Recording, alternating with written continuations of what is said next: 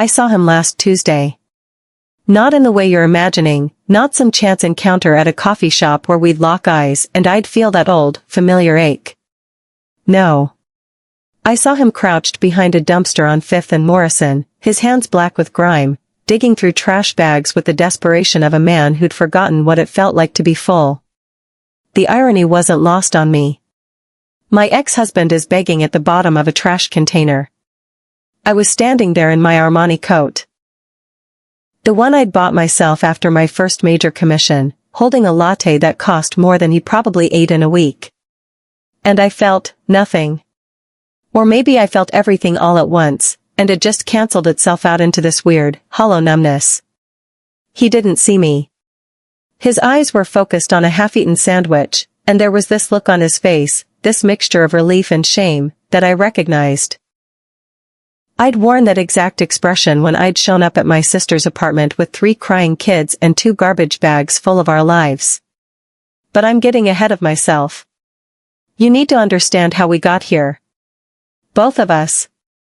Because this isn't just a story about a man who threw away his family for something shinier. This is about what happens when the shine wears off, and you realize you gambled everything on fool's gold. This is about Marcus. About Vanessa. About me. 10 years ago, if you'd told me I'd be standing over my husband's homeless body with designer shoes and a 6-figure bank account, I would have laughed in your face. Not because it seemed impossible, though it did, but because I couldn't imagine a version of reality where Marcus and I weren't together. We met at a community college in Ohio. I was 19, studying business administration with a baby, my daughter Emma, on my hip because childcare cost more than I made at the diner. Marcus was 21, taking welding classes and talking about opening his own shop someday. He had these plans, you know? Big, beautiful plans that he'd sketch on napkins during my breaks. He didn't run when he found out about Emma. That's what got me. Her father had vanished the second that pregnancy test showed 2 lines, but Marcus? Marcus held her like she was made of glass and said, "She needs a dad." I could be that. We were married 6 months later at the courthouse. My mom cried. Not happy tears, more like "what are you doing with your life" tears, but I didn't care. I was in love. Not the stupid, butterflies kind of love you see in movies. The real kind. The kind where you wake up at 3 a.m. to him changing Emma's diaper without being asked. The kind where he works double shifts so you can take night classes. We had 2 more kids. Jackson came when Emma was 3, and Lily when Emma was 6. Marcus got his welding certification and started working for a manufacturing plant. I finished my degree, took me 7 years, but I finished, and got a job doing bookkeeping for a small real estate firm. We weren't rich. God, we were so far from rich. Our house was a 900 square foot rental with water stains on the ceiling and a landlord who fixed things on landlord time, which meant never. I bought the kids' clothes at Goodwill and learned to make a chicken last 4 meals. We didn't vacation. We didn't eat out. Our date nights were walking around Target after the kids went to bed because it was free and air-conditioned. But we were happy. Or at least, I thought we were happy. I thought Marcus was happy. I see now that happiness, for him, had always been conditional. It was based on circumstance, on comparison, on whether he felt like a success when he looked in the mirror. And somewhere along the way, probably around the time Emma turned 10 and we'd been married for 11 years, he stopped feeling like a success. He started working longer hours. Came home smelling like cigarettes even though he'd quit when Emma was born. Started talking about his coworker Brad, who'd just bought a boat. His buddy Derek, who'd taken his family to Cancun. His supervisor's new truck. We're doing fine, I'd say, folding laundry that would never quite lose its thrift store smell. The kids are healthy. We have a roof. We're making it work. Making it work, he'd repeat, and there was this edge in his voice I'd never heard before. That's all we ever do, Lynn. Just make it work. Just get by. Just survive. What else is there? I asked him once, genuinely confused. He looked at me like I was stupid. Like I'd just revealed myself to be fundamentally incapable of understanding basic human ambition. Living, he said. Actually living. Not just existing. I didn't know then that he'd already met Vanessa. The changes were subtle at first. He started showering when he got home from work instead of in the morning. Bought new cologne, the expensive kind they kept behind the counter at Macy's. Started going to the gym, which was wild because Marcus had always been a my job is my workout kind of guy. I noticed, but I didn't. I don't know. I didn't connect the dots. Or maybe I did connect them, and I just didn't want to look at the picture they were making. You know what's funny? I actually thought he might be dying. Like, I genuinely considered that he had cancer or something and was trying to get his body right before the end. That's how far my brain had to reach to explain the changes. An affair didn't even make my top 10 list of possibilities. I was such an idiot. It was Emma who figured it out first. She was 13 by then, at that age where kids are way more perceptive than adults give them credit for. She came into the kitchen one morning while I was packing lunches and said, "Dad has a girlfriend." Just like that. Casual. Like she was commenting on the weather. I dropped the jar of peanut butter. It cracked on the tile floor, and this blob of off-brand Jif spread out like a crime scene stain. "What are you talking about?" My voice came out sharp, defensive. "Your father doesn't. We're married. He loves us." Emma gave me this look. This pitying, knowing look that no 13-year-old should be able to give her mother. "Mom," she said gently. I saw his phone. There are like, hundreds of messages.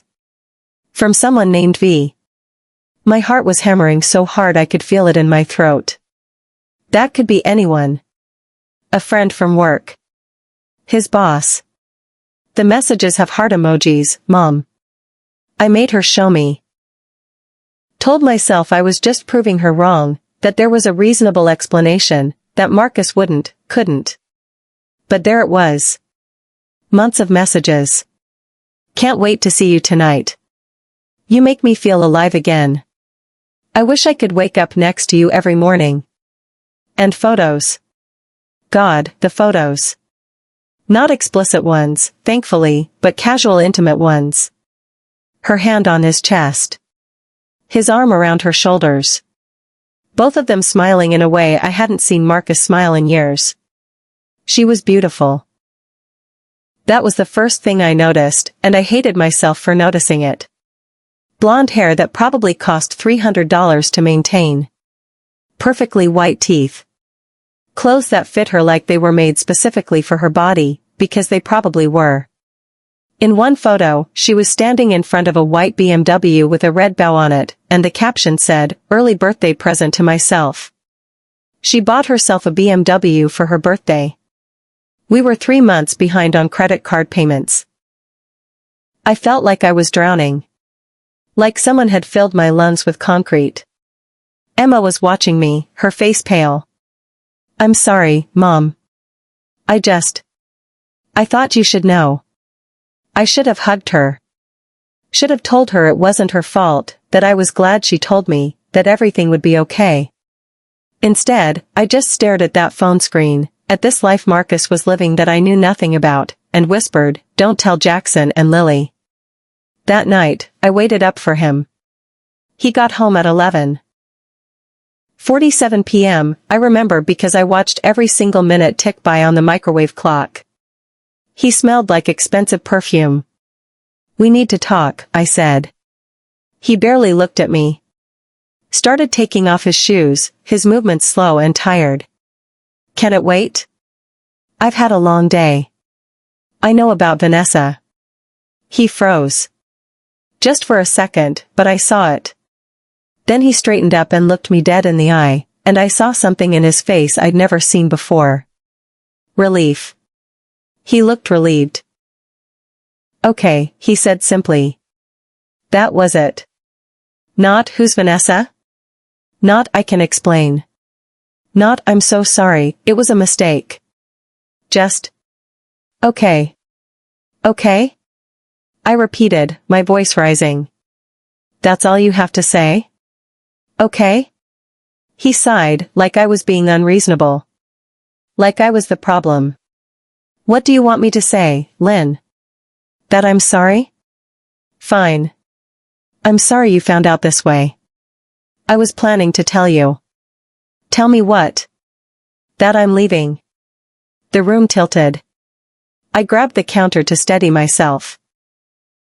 You're, what? I'm leaving. Us. This. He gestured vaguely at our cramped living room, the mismatched furniture, the stack of bills on the table. I can't do this anymore. I can't keep pretending I'm happy when I'm dying inside a little more every day. We have 3 kids, Marcus. I know that. I'm your wife. I know that too. The casual cruelty of it, the complete lack of emotion, was more shocking than the words themselves. So what, you're just going to walk away? Leave us with nothing? He had the audacity to look annoyed. Don't be dramatic. I'll pay child support. I'm not a monster. You're cheating on your wife with some rich woman and abandoning your children. What else would you call that?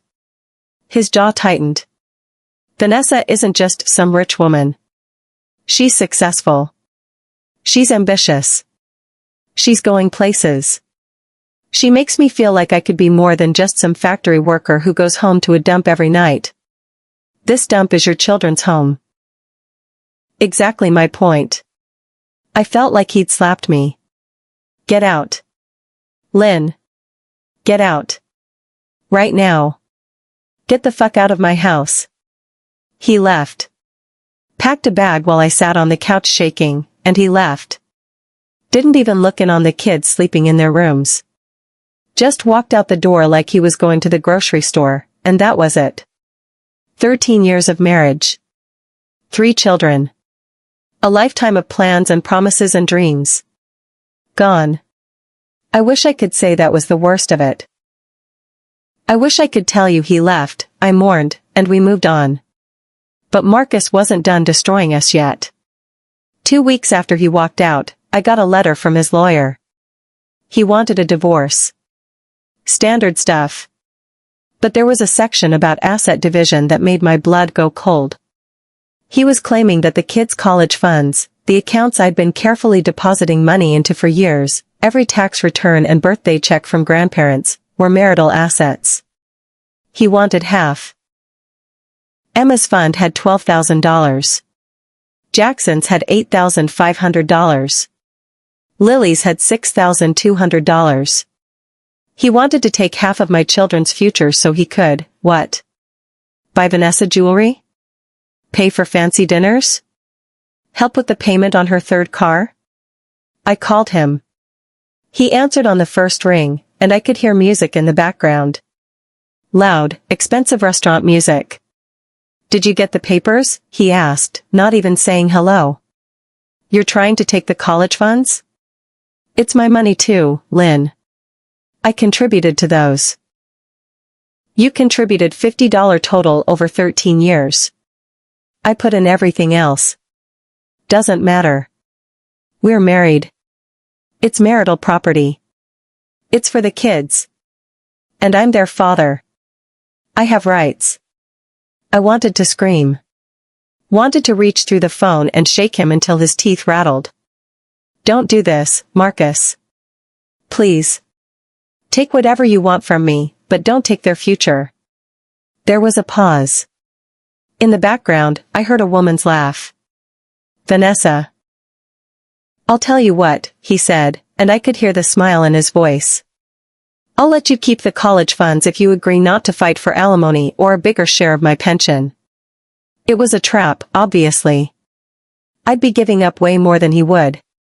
But what choice did I have? I couldn't let him take the money I'd saved for the kids. Fine, I whispered. Great. I'll have my lawyer draw up an addendum. Oh, and Lynn?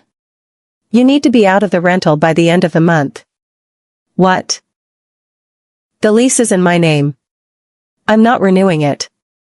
Vanessa has a friend who wants to rent it, and honestly, I need a favor from that friend, so. Marcus, we have nowhere to go.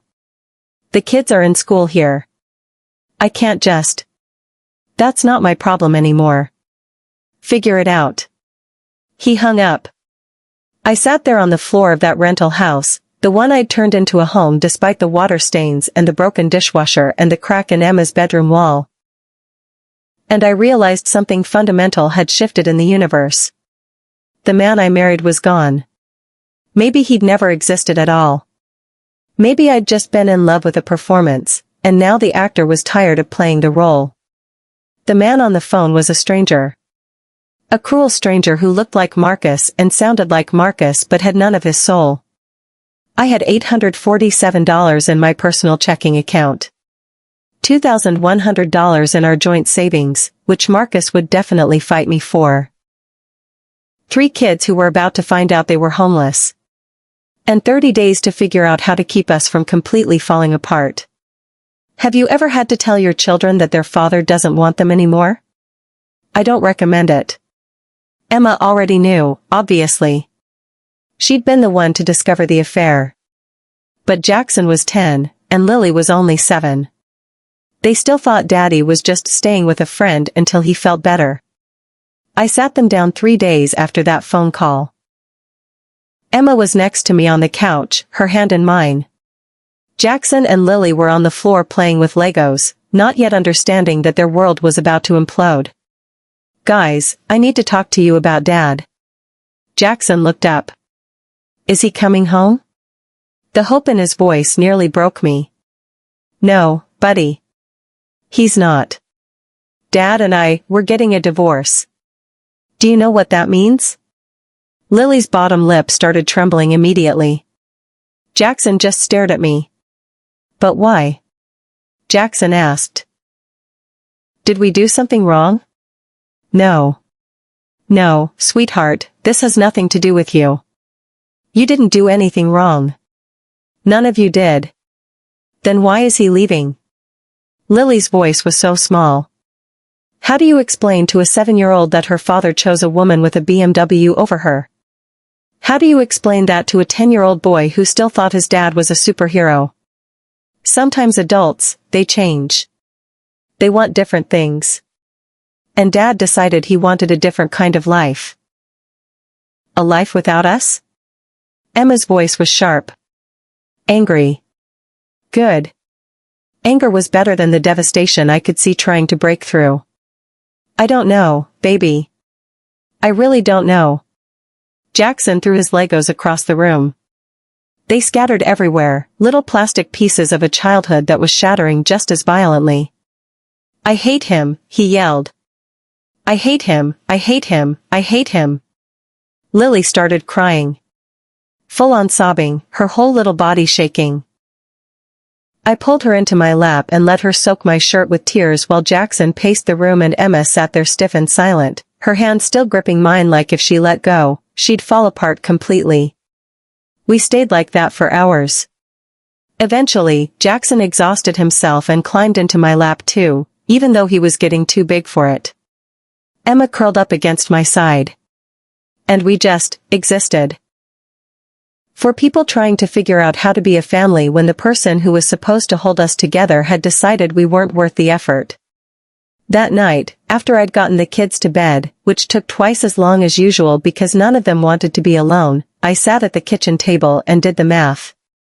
My bookkeeping job paid $2,400 a month after taxes. Rent for a comparable house in a decent school district, $1,800 minimum. That left $600 for food, utilities, gas, insurance, clothes, school supplies, and literally everything else 3 kids needed. It didn't work. The numbers didn't work. I looked at apartments in worse neighborhoods. Still couldn't make it work. Looked at 2-bedroom places where the kids would have to share. Maybe. If we ate rice and beans for every meal and I gave up my car and the kids never got sick and we never had an emergency. I was so focused on the spreadsheet I'd created that I didn't hear Emma come into the kitchen. Mom?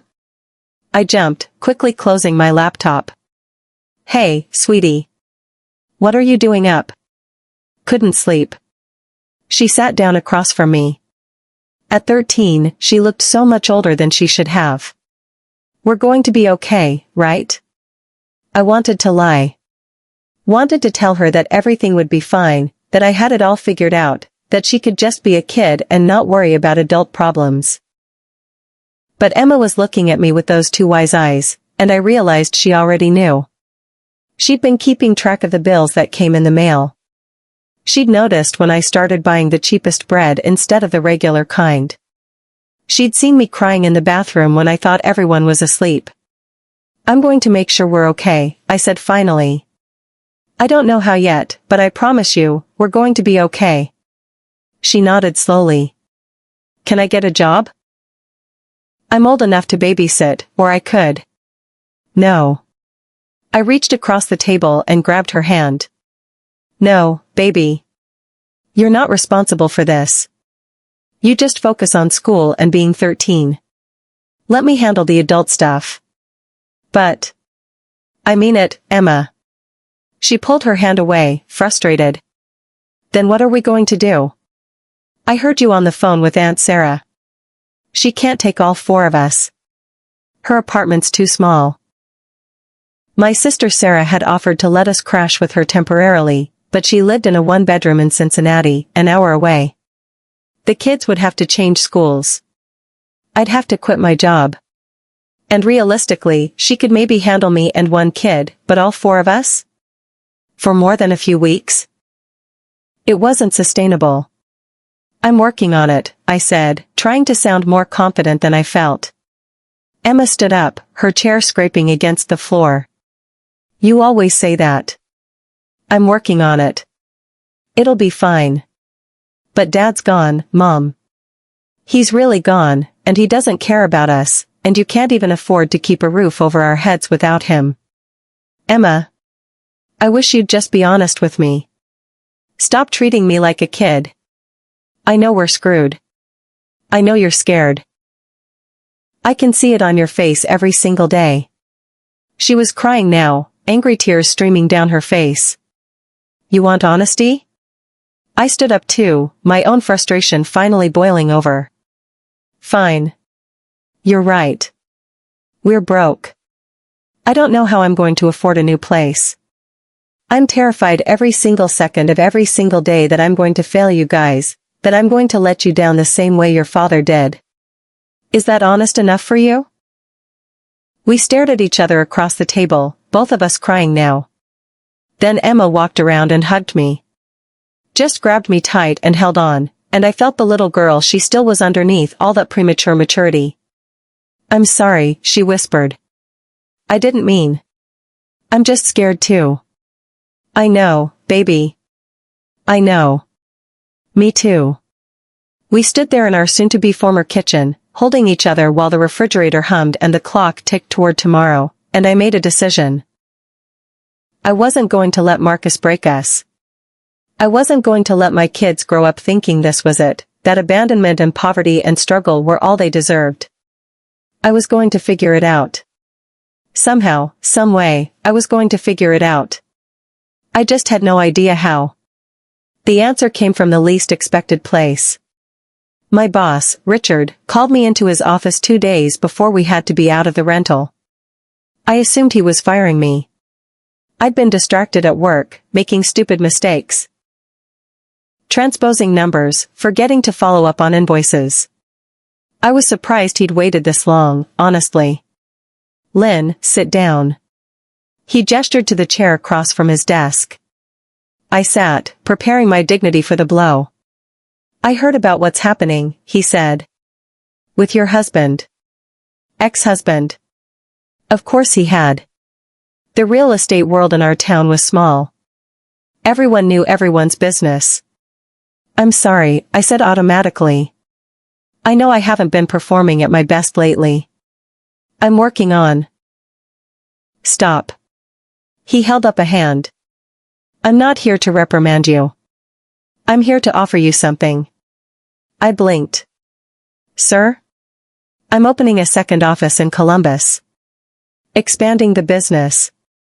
I need someone to manage the administrative side, bookkeeping, yes, but also client relations, transaction coordination, some light marketing. It's a big step up from what you're doing now. My heart started pounding. I don't have experience with all of that. But you're smart, you're organized, and you're hungry. I can teach you the rest. He leaned back in his chair. The position pays $4,800 a month, plus bonuses based on office performance. Health insurance included. And there's an apartment above the office, nothing fancy, 3 bedrooms, that comes with the job. Technically it's for out-of-town clients, but it's been sitting empty for months. You could live there while you get on your feet. Rent would be $400 a month, taken directly from your paycheck. I couldn't breathe. Couldn't process what he was saying. Why? I finally managed. Why would you do this for me? Richard's expression softened. 20 years ago, my wife left me and our 2 kids for her personal trainer. Cleaned out our savings account on her way out. I was exactly where you are now, terrified, broke, trying to figure out how to keep my kids from realizing how close to the edge we were. He paused. My boss at the time gave me a shot. Promoted me when I had no business being promoted, helped me get back on my feet. He told me, someday, when you can, pay it forward. So that's what I'm doing. I started crying right there in his office. Ugly crying, the kind where you can't catch your breath and your face gets all blotchy. Is that a yes? He asked, amused. Yes. God, yes. Thank you. Thank you so much. Don't thank me yet. It's hard work. Columbus is an hour away, which means you'll be commuting until you move. The hours are long. The learning curve is steep. And if you screw it up, I'll have to let you go because I'm running a business, not a charity. Understood? Understood. Good. You start Monday. I moved the kids to Columbus that weekend. Sarah drove up in a U-Haul she'd rented and helped me pack our entire life into boxes. The kids said goodbye to their friends, their schools, their rooms. Emma handled it with stoic silence. Jackson punched a hole in the wall of his bedroom. I had to pay for that out of my last paycheck from the landlord's deposit. Lily cried herself to sleep every night for a week. But we moved. We survived. The apartment above the office was small but clean. The kids had to share 2 bedrooms. Emma got her own because she was the oldest and needed space. Jackson and Lily bunked together. The living room doubled as my bedroom. I slept on the couch and kept my clothes in plastic bins in the closet. It wasn't glamorous. But it was ours. And nobody could take it away from us. The job was everything Richard had warned me it would be. I worked 12-hour days. Came home smelling like coffee and printer toner, my eyes blurry from staring at screens. I taught myself client relations by reading books from the library. Learned marketing by taking free online courses after the kids went to bed. Made 1,000 mistakes and had to figure out how to fix them without letting Richard see me panic. But I learned. God, I learned. And slowly, so slowly I almost didn't notice it happening, things started to get better. Marcus paid child support. Barely. $800 a month for 3 kids, and half the time it was late. His lawyer had done a good job of making his income look smaller than it was. But I didn't fight it. Didn't have the money for lawyers or the energy for court battles. I just took the $800 when it came and made it stretch. He called the kids sometimes. Usually on their birthdays, sometimes on holidays. The conversations were awkward and short. He'd ask surface-level questions, how's school? And barely listen to the answers. Lily still tried to connect with him, told him long rambling stories about her friends and her teachers. Jackson had stopped taking his calls entirely after the 3rd time Marcus forgot his birthday. Emma answered only to be polite, her responses clipped and cold. I never asked about Vanessa. Didn't want to know. Didn't care. Or at least, I told myself I didn't care. The truth was more complicated. Part of me hoped she'd made him happy. Hoped that his betrayal had at least resulted in something good, some justification for the pain he'd caused. Because if he'd blown up our lives for nothing, if he was miserable with her, then what had been the point? But another part of me, the part one wasn't proud of, wanted him to suffer. Wanted Vanessa to realize he was just a factory worker with a wandering eye and expensive taste. Wanted her to get bored and move on to someone richer, someone better, someone who hadn't abandoned his children. I didn't let myself dwell on those thoughts. I had too much else to focus on. A year passed. Then too. The Columbus office thrived. Richard had been right about the market. There was huge demand for real estate services in the area, and we were filling a niche. I got promoted again, this time to Director of Operations. My salary jumped to $6,200 a month. I moved us into a real house, a rental, but a nice one, with a yard and 4 bedrooms. Emma got her own space. Jackson got his own space. Lily got her own space. And I got a bedroom with a door I could close. The kids adjusted. Emma had blossomed into a fiercely independent teenager who ran track and got straight A's and talked about becoming a lawyer. Jackson, who'd been so angry for so long, found an outlet in theater of all things. Joined the drama club and discovered he was good at making people laugh. Lily, my baby, became the social butterfly of the family. Made friends everywhere she went, organized playdates, somehow knew everyone's business. We were okay. More than okay. We were actually happy. I started dating, nothing serious, just casual dinners with men I met through work or friends. It felt strange at first, like I was cheating even though I was divorced. But slowly, I remembered what it felt like to be seen as something other than Marcus's ex-wife or those kids' mom. I was Lynn. Just Lynn. And I was enough. The college funds had grown. I'd started contributing to them again, even more aggressively than before. Emma's fund hit $20,000. Jackson's reached $15,000. Lily's climbed to $12,000. I wanted them to have options.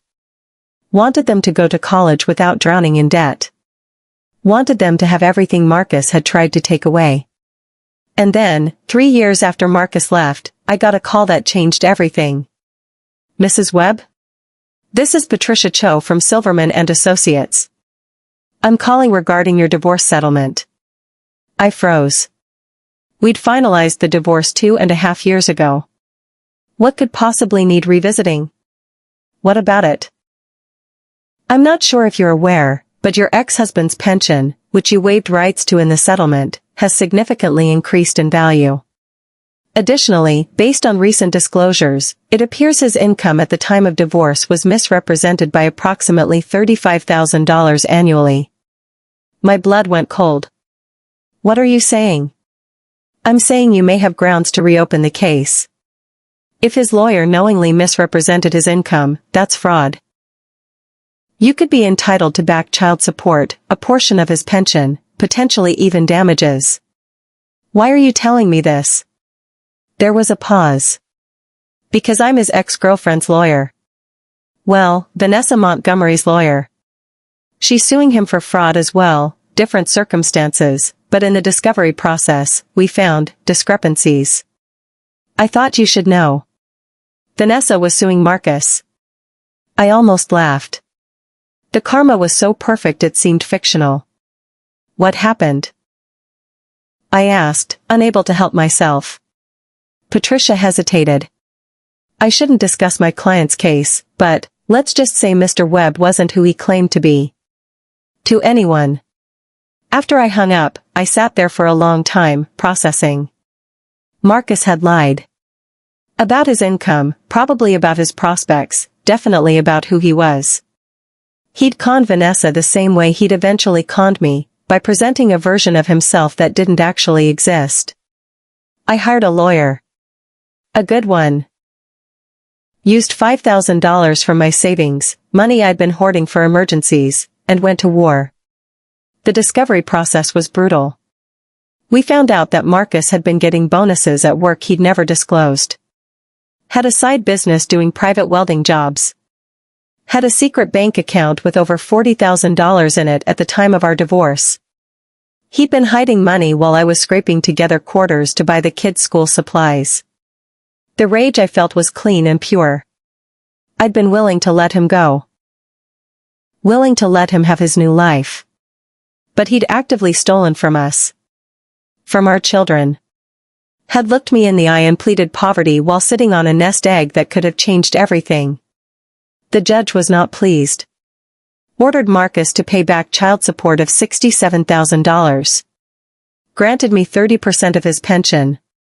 Ordered him to cover half of all educational expenses for the kids going forward. Marcus fought it. Hired an expensive lawyer, probably with Vanessa's money. And dragged it out for months.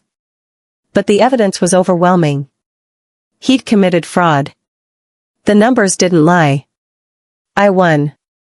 We won. And somewhere in the middle of all that legal warfare, I made a decision. I was done with real estate administration. I wanted more. I wanted to build something of my own.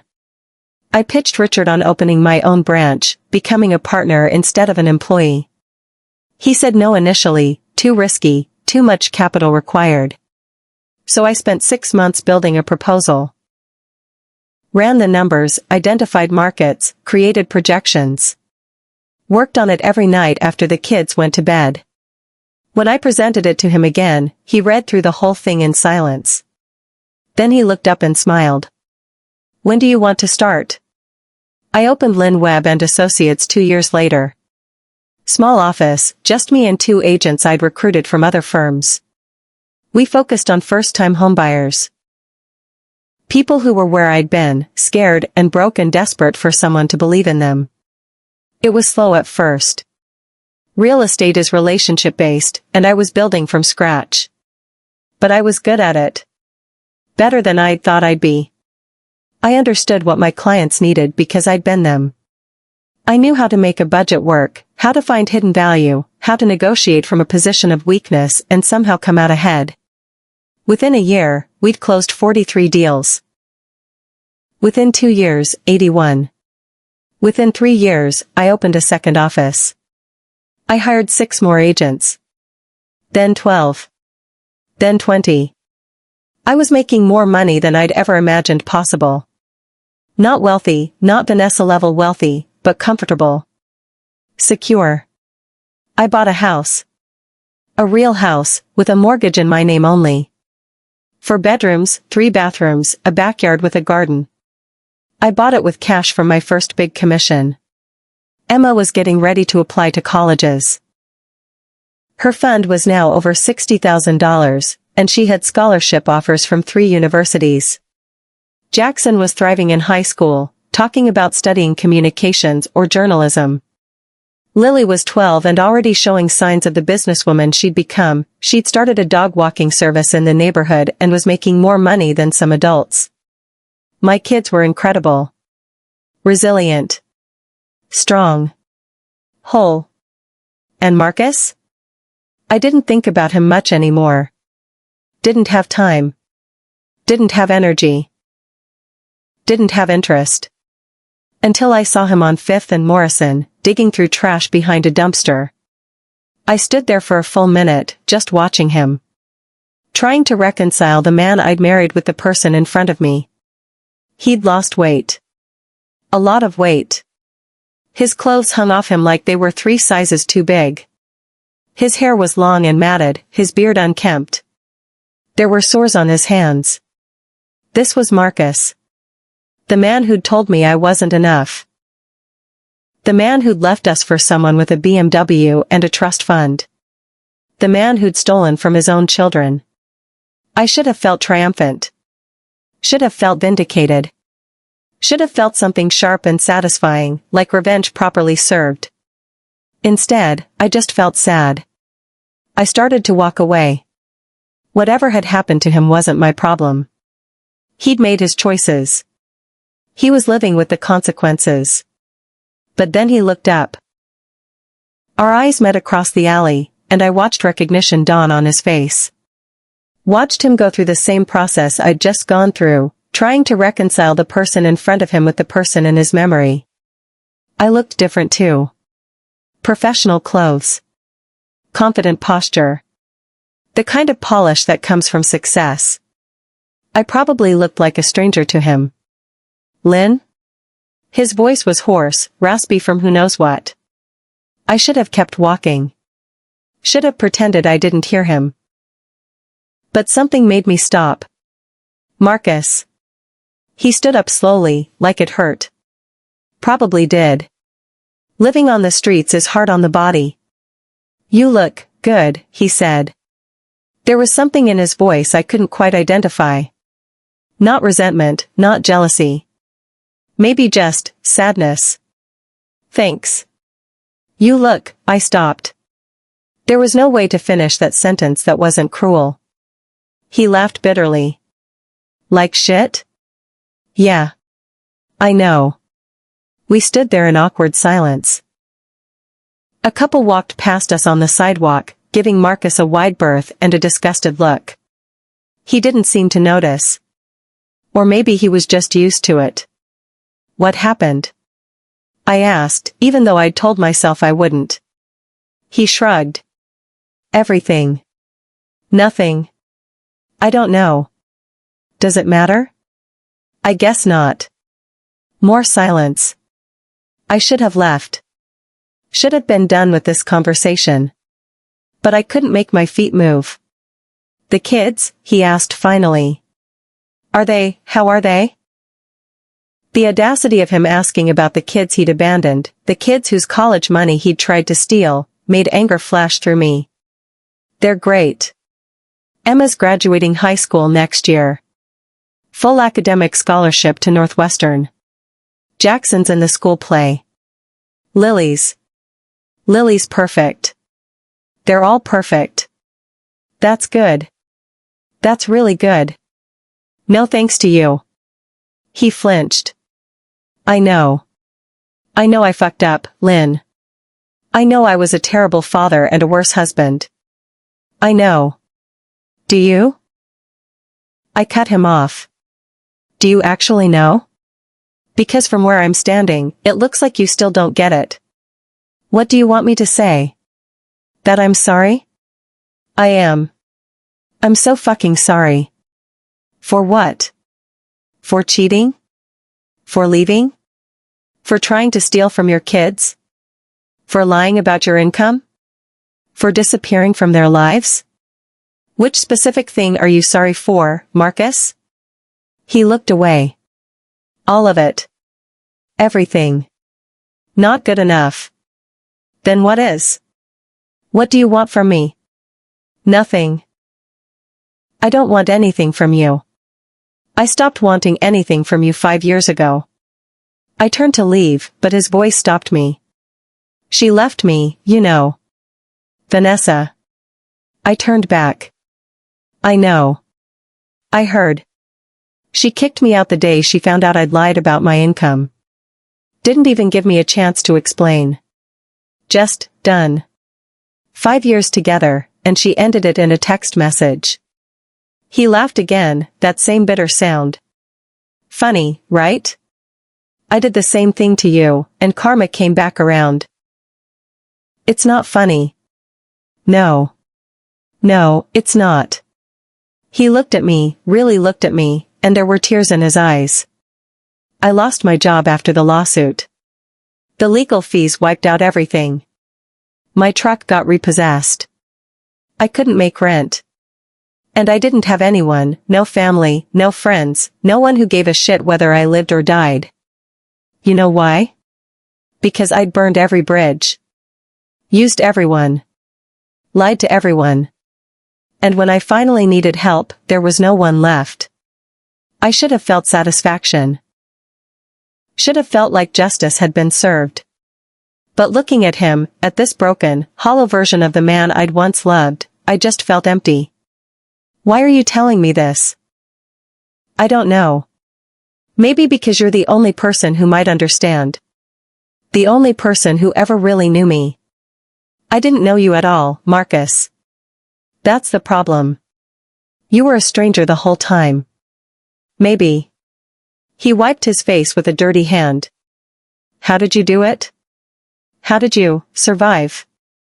I didn't have a choice. I had 3 kids depending on me. So I figured it out. I always knew you were strong. Stronger than me. It's not about strength. It's about love. I loved those kids more than I loved my comfort. More than I loved my pride. More than I loved you. So when things got hard, I didn't have the option of running away. They needed me, so I stayed. He nodded slowly, understanding something he should have understood years ago. Can I? He hesitated. Can I see them? The kids? I know I don't deserve it, but... No. The word came out flat and final. Lynn, please. No. You don't get to show up now and disrupt their lives because you're lonely or guilty or whatever this is. They've spent 5 years healing from what you did. They're happy now. They're thriving. And I won't let you hurt them again. I'm their father. Biologically, sure. But you haven't been their father in any way that matters for 5 years. You made that choice.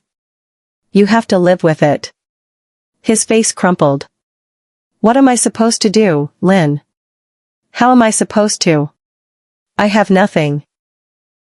I am nothing. And there it was. The truth Marcus had been running from his entire life. He'd always measured his worth by external things, money, status, possessions, women. And now that all of that was gone, he didn't know who he was. That's not my problem to solve, I said quietly. You made choices. Lots of them. Bad ones. And those choices have consequences. I'm sorry you're suffering. I genuinely am. But I can't fix you. I can't save you. Nobody can do that except you. I pulled a $20 bill from my wallet and held it out to him. He stared at it like I'd offered him poison. I don't want your charity. Then don't take it. But it's cold tonight, and there's a shelter 3 blocks west that serves dinner until 9. He didn't take the money. Just stood there, pride and desperation warring on his face. I set the 20 on the edge of the dumpster and walked away. I didn't look back. I sat in my car for 20 minutes before I could drive. My hands were shaking, my breath coming in short gasps. I called my sister. I just saw Marcus, I said when she answered. What? Where? Downtown. Sarah, he's homeless. He's living on the streets. Silence on the other end. Then, good. Sarah. No, I'm serious. Good. He deserves it. After what he did to you. To the kids? He deserves every bad thing that's happened to him. I know. I know he does.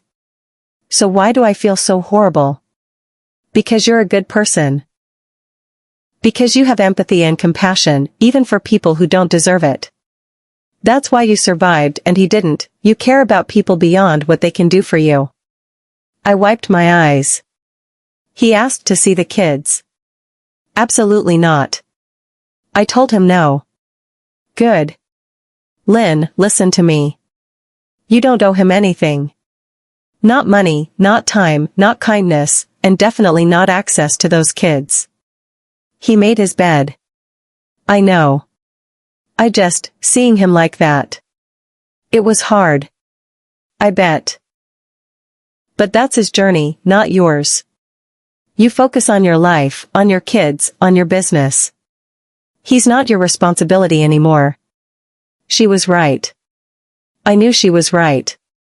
But that night, after I got home and checked on all 3 kids, Emma studying at her desk, Jackson practicing lines for his play, Lily asleep with a book on her chest, I couldn't stop thinking about Marcus. Not the Marcus from the alley. The Marcus from 10 years ago. The one who'd held Emma like she was made of glass. The one who'd sketched dreams on napkins. The one who'd made me believe in second chances and happily ever afters. That Marcus had been real, hadn't he? Or had I made him up? Created a version of him that fit the story I wanted to be living? I didn't have answers. Maybe I never would. I found out the full story 3 weeks later. I ran into Patricia Cho, Vanessa's lawyer, at a networking event. She was representing one of my clients now, and we'd developed a friendly professional relationship. "Can I ask you something?" I said over drinks after the event. "What happened with Marcus and Vanessa?" "You don't have to give me details, but I saw him recently. He's in bad shape." Patricia considered for a moment. "How much do you want to know?" "Everything." She sighed. "Okay. But this stays between us." "Of course." Marcus and Vanessa met at his factory. She was there representing her father's company. They were potential investors. Marcus apparently talked a big game. Told her he was a manager, that he was about to get promoted to director, that he had money tied up in investments. All lies. He was a welder. Right. But Vanessa didn't know that. She fell for the story. Started dating him, and he kept up the charade. Said he was married but getting divorced, that his wife was taking him for everything even though he'd been the breadwinner. Made himself out to be the victim. My stomach churned. Let me guess. She believed him. She did. She even helped him with legal fees, which he actually used to hide money from you. She thought she was helping him escape an unfair settlement. Really, he was committing fraud. Jesus. It gets worse. After your divorce was finalized, he moved in with her. She bought him a new truck, helped him invest in a business, a welding shop that he was supposedly going to open. Gave him $150,000. I choked on my drink. She gave him $150,000? Yep. And he spent it. All of it. On what, we're not entirely sure. Gambling, probably. Maybe drugs. He definitely wasn't investing in any business. How did she find out? His co-worker, the real Marcus, showed up at her house looking for him. Turned out Marcus had been borrowing money from people at work, saying he needed it for medical expenses for his kids. He'd shown them pictures of Emma, Jackson, and Lily, told sob stories about hospital bills. My hands clenched into fists. He used my kids. Yeah. So this coworker tracks him down, wants his money back, and tells Vanessa everything. That Marcus was never a manager. Was never getting promoted. Didn't have investments. And was definitely not paying child support or medical bills, because you'd already taken him to court for that. What did Vanessa do? What do you think? She dumped him immediately. Kicked him out, sued him for fraud and embezzlement, froze his accounts. She was ruthless. I've never seen someone pivot from love to legal warfare so fast. Did she win? She won, but there was nothing to collect. He'd spent everything. She got a judgment for $150,000, but you can't squeeze blood from a stone. Last I heard, she moved to California. Married some tech CEO. Put the whole thing behind her. And Marcus? Patricia shrugged. Lost his job in the middle of the lawsuit, fraud scandal. Got evicted. Started drinking heavily. I heard he was living in his truck for a while, but then that got repossessed for non-payment. After that. She trailed off. After that, I don't know. I assume that's when he ended up on the streets. I sat there processing. Marcus hadn't just fallen, he'd imploded. Spectacularly. And it was all his own doing. Do you feel bad for him? Patricia asked. I don't know. I'm trying not to. Don't. Men like Marcus, they're con artists. They tell you what you want to hear, make you feel special, make you believe in a future that doesn't exist. And then when they get caught, they play the victim. But they're never actually sorry. They're just sorry they got caught. You think he's a sociopath? I think he's a narcissist who never grew up. He wanted the rewards without the work, the admiration without the achievement. And when reality didn't match his fantasy, he just kept lying. Kept running. Until there was nowhere left to run. I thought about Marcus in that alley. The way he'd asked to see the kids, not because he missed them, but because he was lonely. The way he'd told me his sob story, looking for sympathy, for rescue. Patricia was right. He wasn't sorry. Not really. He was just out of options. I told the kids the next day. They had a right to know. Emma's response was cold, good. I hope he suffers. Jackson just shrugged, karma's real, I guess. Lily, my soft-hearted baby, cried. Does he have a place to sleep? Is he hungry? I don't know, sweetheart. Can we help him? I pulled her into a hug. He's a grown man. He made his choices. We can't fix him. But he's my dad. I know. And I know this is confusing. But sometimes people we love hurt us so badly that the healthiest thing we can do is let them go. She cried into my shoulder, grieving the father she'd always wanted but never really had. That night, Emma came to my room. Can I ask you something? She was standing in the doorway, backlit by the hallway light. Of course. Do you regret it? Marrying Dad? Having us? My heart broke a little. Come here. She sat on the edge of my bed, and I took her hands. I don't regret a single second that led to having you three. You, Jackson, Lily, you're the best thing I've ever done. The only thing I'm proud of. Everything I've built, everything I've accomplished, it's all for you. But if you hadn't married him, then I wouldn't have you. And that's unthinkable. Do I regret the pain? The betrayal? The struggle? Sure. But I don't regret the journey, because it brought me here. To this life. With you. She leaned into me, and I held my daughter, my brilliant, strong, beautiful daughter, and marveled at how differently things had turned out than I'd imagined. I'd thought I needed Marcus to have a good life. Thought I needed a partner, a co-parent, someone to split the load. But I'd built something better on my own. Something that was entirely mine. Something no one could take away. 6 months later, I got a call from a hospital. Is this Lynn Webb? Yes? We have a patient here who listed you as his emergency contact. Marcus Webb. He was brought in last night with pneumonia. It's severe. My heart sank. Why would he list me? We're divorced. I don't know, ma'am. But he's asking for you. I shouldn't have gone.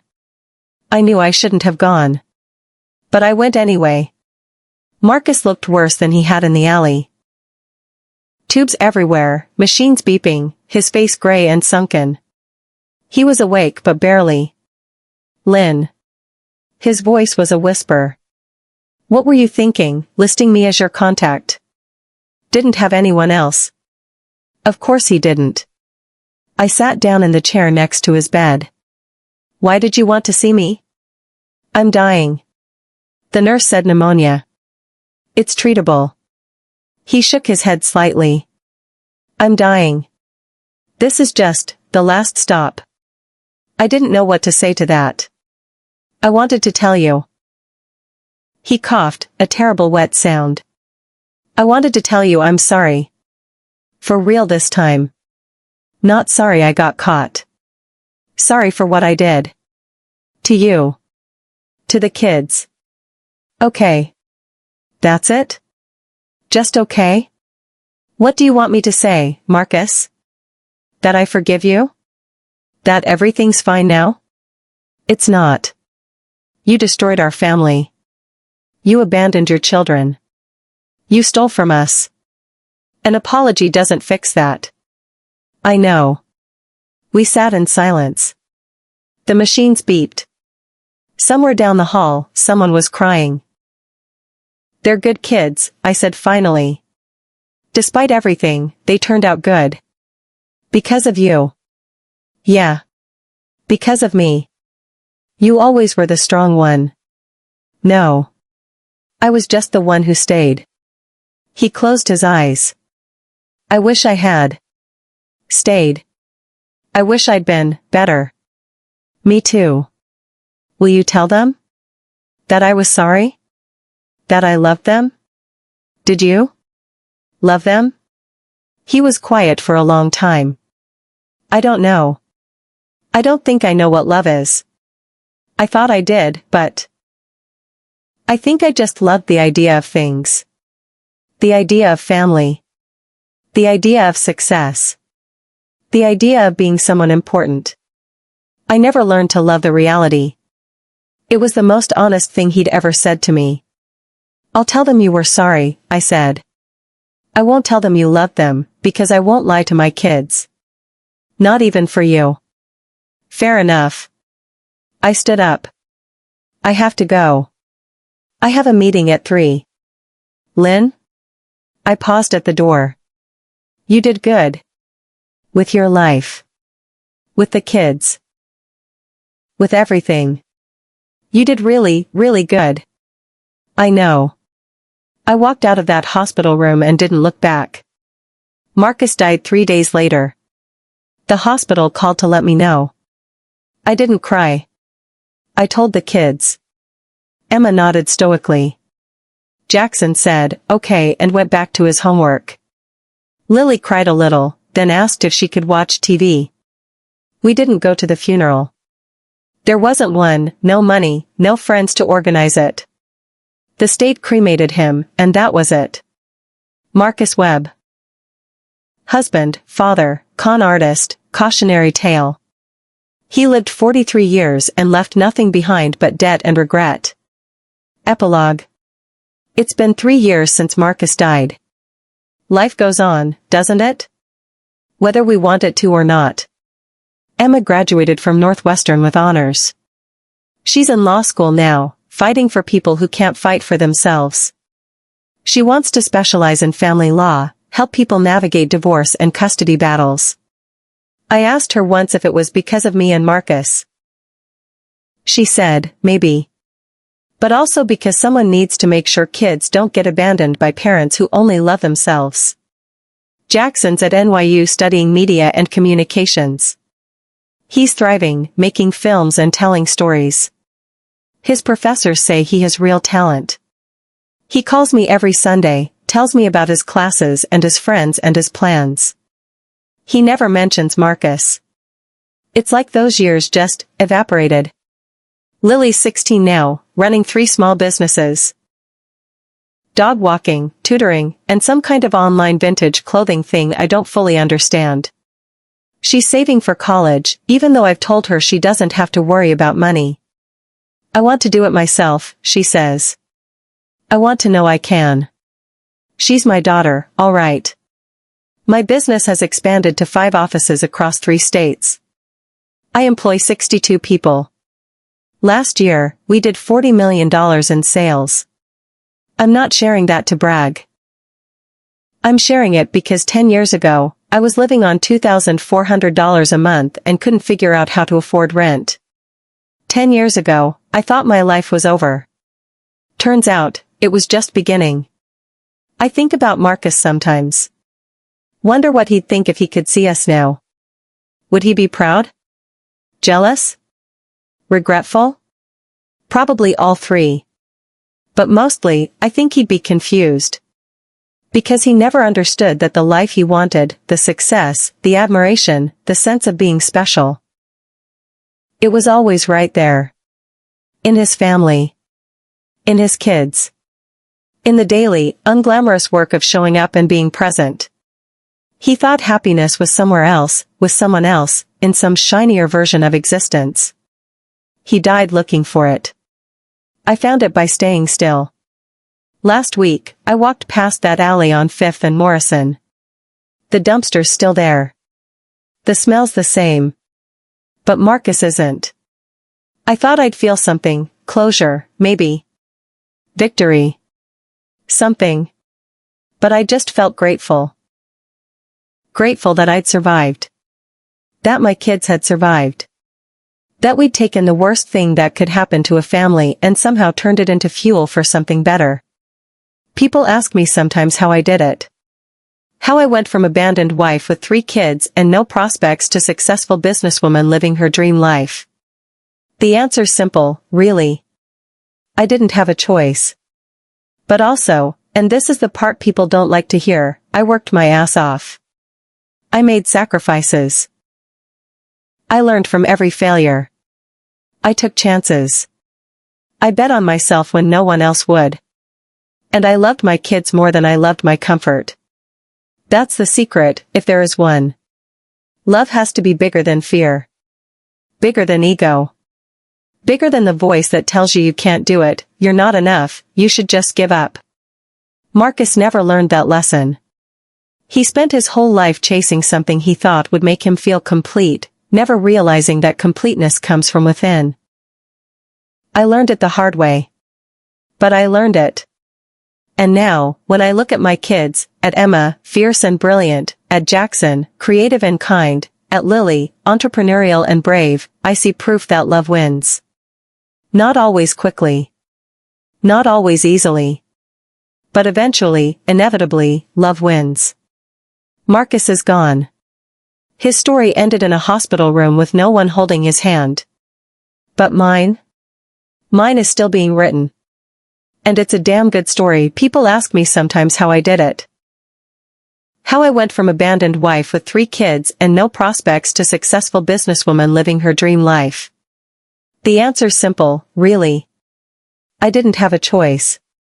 But also, and this is the part people don't like to hear, I worked my ass off.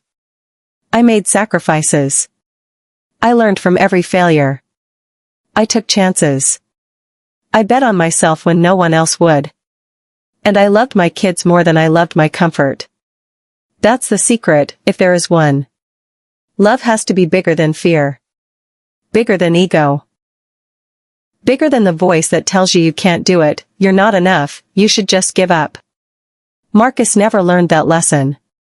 He spent his whole life chasing something he thought would make him feel complete, never realizing that completeness comes from within. I learned it the hard way. But I learned it. And now, when I look at my kids, at Emma, fierce and brilliant, at Jackson, creative and kind, at Lily, entrepreneurial and brave, I see proof that love wins. Not always quickly. Not always easily. But eventually, inevitably, love wins. Marcus is gone. His story ended in a hospital room with no one holding his hand. But mine? Mine is still being written. And it's a damn good story.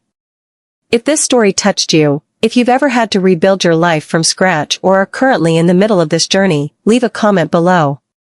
Share your story. Sometimes just knowing we're not alone changes everything. And if you found strength in Lynn's journey, hit the like button and subscribe to our channel.